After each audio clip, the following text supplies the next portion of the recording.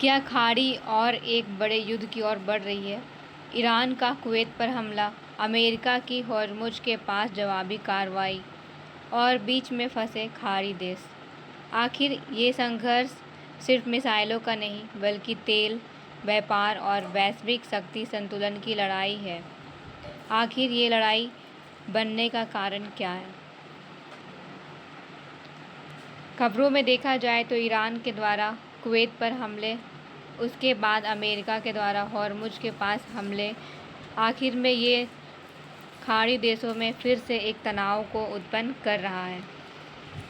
अगर इसके पूरे मामलों को देखें तो ये मामला लगभग यहाँ से देखा जाए तो 2026 से ये चल रहा है। 2026 में यहाँ पर अमेरिका, इजराइल, ईरान और यहाँ पर जितने भी खाड़ी देश है, लगभग यहाँ पे असंतुलित रूप से यहाँ पे तनाव जो है वो उत्पन्न हो रहा है। अमेरिका संघर्ष, साथ में यहाँ पे देखा जाए तो होर्मुज़ जलमरू मध्य, यहाँ पर जितने भी जो इलाका है ये बहुत ही ज़्यादा यहाँ पे तनावपूर्ण है। अमेरिका और यहाँ पर ईरान के द्वारा जो संघर्ष चल रहे हैं, इसका प्रभाव होर्मुज़ जलमरू मध्य पर देखने को यहाँ पे मिला है। बहुत ही ज़्यादा यहाँ पे तनाव जो है वो यहाँ पर उत्पन्न हो चुकी है।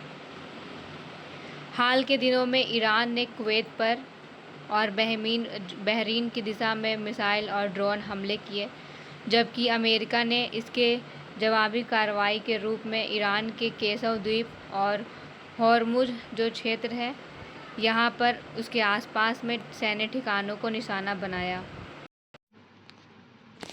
आखिर तनाव बढ़ने का कारण क्या है? होर्मुज़ जलमरू मध्य पर नियंत्रण का विवाद। जैसे कि यहाँ पर देखा जाए, होर्मुज़ दुनिया के सबसे महत्वपूर्ण तेल मार्गों में से एक है और यहाँ से लगभग पूरे जितने भी क्षेत्र हैं उन सारे क्षेत्रों में व्यापार जो है वो होता है। हमारे भारत में भी होर्मुज़ के माध्यम से कच्चे तेल यहाँ पे लाए जाते हैं। वैश्विक समुद्री तेल व्यापार का बहुत ही बड़ा हिस्सा इसी मार्ग से होकर गुजरता है।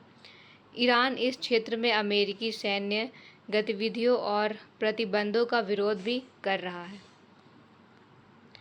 अमेरिका और ईरान के बीच में जो संघर्ष है, अगर इन संघर्षों की बात किया जाए तो अमेरिका ने ईरानी ड्रोन और मिसाइल ठिकानों पर कार्रवाई की। इसके जवाब में ईरान ने अमेरिका और यहाँ पर जितने भी अमेरिकी सैन्य हैं जो भी उपस्थित है उन सारे देशों पर निशाना बनाया, यानी कि ये जवाबी कार्रवाई के रूप में यहाँ पे देखने को मिला है। ईरान ने कुवैत पर हमला क्यों किया? रिपोर्ट के अनुसार ईरान का दावा है कि उसके इस हमलों का लक्ष्य था सही मायने में अमेरिकी सैनिक ठिकानों को, लेकिन यहाँ पे कुवैत जो है ये बीच में यहाँ पे आ जाता है।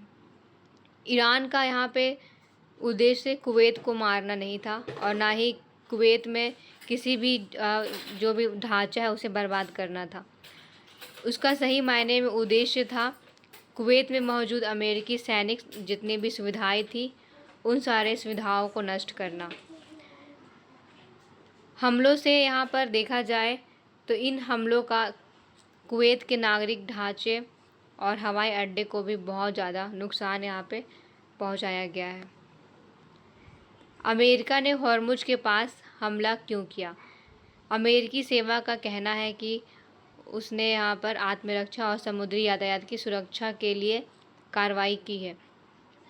अमेरिका के अनुसार ईरानी ड्रोन और मिसाइल क्षेत्र जहाज़ और अमेरिकी बलों के लिए ये बहुत ही बड़ा खतरा के रूप में देखने को मिला है। यानी कि यहाँ पर हम कह सकते हैं कि अमेरिका होर्मुज़ के पास जो हमला किया है वो ईरान का यहाँ पर जो कुवैत पर हमला किया गया था उसके विरोध में यहाँ पर किया गया है, ताकि इस मार्ग पर कठिनाइयाँ उत्पन्न हो और फिर ईरान को भी इससे समस्याएं उत्पन्न हो।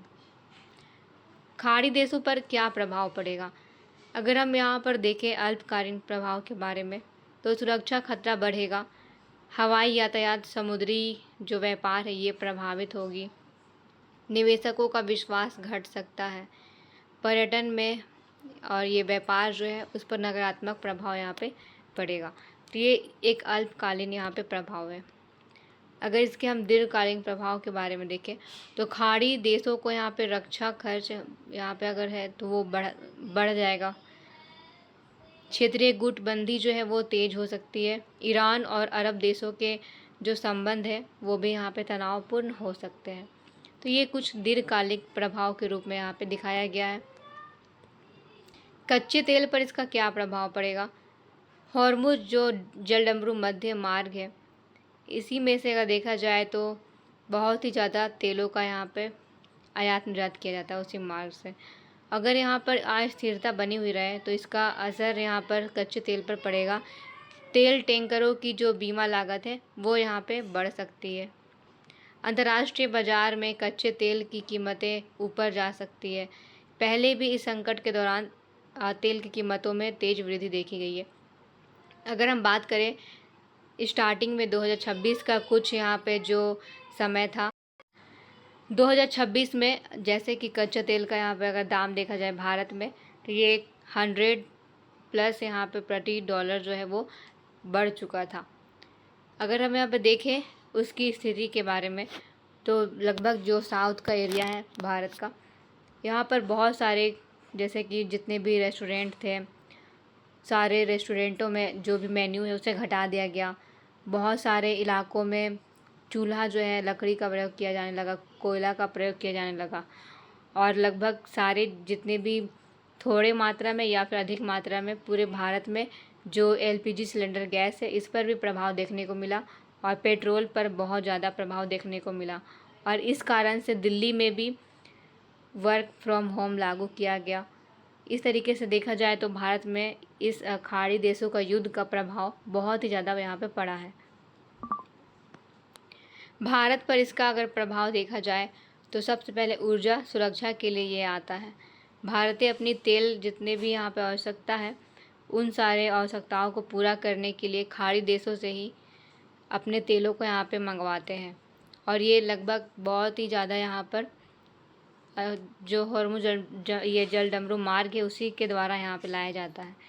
और अगर यहाँ पे देखा जाए इस युद्ध के कारण तो फिर से ये तेल जो है वो महंगा हो सकता है। और साथ में यहाँ पर जो भी यहाँ पर जितने भी वस्तुएं हैं वो भी यहाँ पे प्रभावित होगी। आयात बिल यहाँ पे बढ़ सकता है। महंगाई, पेट्रोल और डीजल महंगे हो सकते हैं। परिवहन लागत जो है वो भी बढ़ सकती है। खाद्य पदार्थ और रोज़मर्रा की वस्तुओं की कीमतों में भी यहाँ पे दबाव देखने को मिलेगा। भारतीय प्रवासियों पर प्रभाव, खाड़ी देश में लाखों भारतीय काम करते हैं और संघर्ष के बढ़ने पर उनकी सुरक्षा और रोजगार प्रभावित हो सकती है। तो इस तरीके से ये प्रवासियों के लिए भी यहाँ पे बहुत ज़्यादा खतरनाक है। व्यापार पर भी प्रभाव पड़ेगा। भारत खाड़ी व्यापार तथा समुद्री शिपिंग महंगी हो सकती है या फिर साथ में देखा जाए तो धीमी भी पड़ सकती है। इस सारे समझौते को देखते हुए, युद्ध को देखते हुए अंतर्राष्ट्रीय कानून क्या कहता है? सबसे पहले तो अंतर्राष्ट्रीय कानून कहता है राज्य की संप्रभुता के बारे में। यूनाइटेड नेशन के चार्टर के अनुच्छेद 2(4) के अनुसार कोई भी देश दूसरे संप्रभु देश की क्षेत्रीय अखंडता और राजनीतिक स्वतंत्रता के विरोध में बल का प्रयोग नहीं कर सकता है। ईरान की जिम्मेदारी कुवैत की संप्रभुता का सम्मान करना था, लेकिन उन्होंने यहाँ पर कुवैत को यहाँ पर लगभग पूरे तरीके से प्रभावित किया है। उसके कुछ इलाकों को यहाँ पे नष्ट भी किया है। तो ये एक तरह से बहुत ही गलत हुआ। नागरिक क्षेत्र और जो हवाई अड्डा है और ऊर्जा, इन सारे प्रतिष्ठानों को निशाना नहीं बनाना चाहिए था, लेकिन उन्होंने बनाया। यदि हमला किया गया तो उसके परिणामों के अंतर्राष्ट्रीय जवाब देह स्वीकार भी करना चाहिए ईरान को। ये कुछ ईरान की जिम्मेदारियां हैं। कुवैत की भी जिम्मेदारियां हैं। अपने क्षेत्र का उपयोग किसी तीसरे देश पर हमले के लिए ना होने देना, अंतर्राष्ट्रीय शांति एवं सुरक्षा बनाए रखने में सहयोग करना और अपने नागरिकों को और विदेशी नागरिकों की सुरक्षा सुनिश्चित करना। अगर हम निष्कर्ष के तौर पर देखें तो ये घटना पश्चिम एशिया के भू राजनीतिक, ऊर्जा सुरक्षा, समुद्री सुरक्षा और भारत की जो विदेश नीति है इसे सीधे यहाँ पे जुड़ी हुई है। और यदि हॉर्मुज क्षेत्र में संघर्ष लंबा चलता है तो फिर इसका सबसे बड़ा प्रभाव वैश्विक तेल बाजार, खाड़ी देशों की स्थिति और भारत की अर्थव्यवस्था पर पड़ेगा। ये एक तरीके से लगभग फिर से उसी स्थिति को यहाँ पे दोहरा रहा है जो कुछ समय पहले भारत में चल रही थी।